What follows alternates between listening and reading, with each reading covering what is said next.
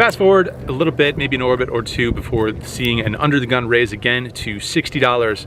We look down at pocket deuces in the small blind, and again, same situation. Under the gun raiser comes in for the open, and we have a hand that's not really looking to face a 4-bet, even less so than the ace queen or the pocket jacks. Doesn't matter the stakes, folding is boring, so we don't want to let these pocket deuces go. We're gonna come in, we're gonna make the call here even though it's out of position. The big blind and the straddler call, so this time we are seeing a 4-way flop. We find a favorable flop in this 5-10-20 game. It comes down 5-3-2 with 2 clubs. We flop ourselves bottom set. We check it over to the initial raiser who puts out a bet of $125. Happy to see a C-bet here from the initial raiser. Now it's just a matter of flat calling or raising, and I think raise is definitely in order. It's a very wet board. We can represent a lot of hands, flush draws and straight draws and combo draws, maybe even some overpairs.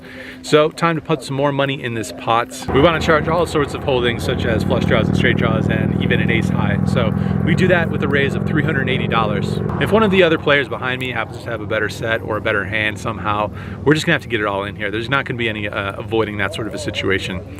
Anyway, the other 2 players fold, and it folds back to the initial raiser. He thinks for a little while and decides that he's not done with his hand. He's not gonna flat call though, he's gonna jam all in. It's somewhere around $1,200, and we are going to go ahead and snap call in this situation. He asks how many times I wanna run it. As usual, I say it's totally up to him, so he decides on 2 boards. On the first board, it runs out with a 6, but no additional clubs, and on the second board, we make quads. So we're definitely gonna win that second board. I just go ahead and roll my hand over, knowing I'm getting at least half of this pot. Pretty standard procedure for me. My opponent does not roll his hand over. He goes ahead and mucks, surrenders the other half of the pot. So it's a great feeling. Things are looking up. We win our first very significant pot in this 5-10-20 game. It's a pot worth over $2,600, I believe.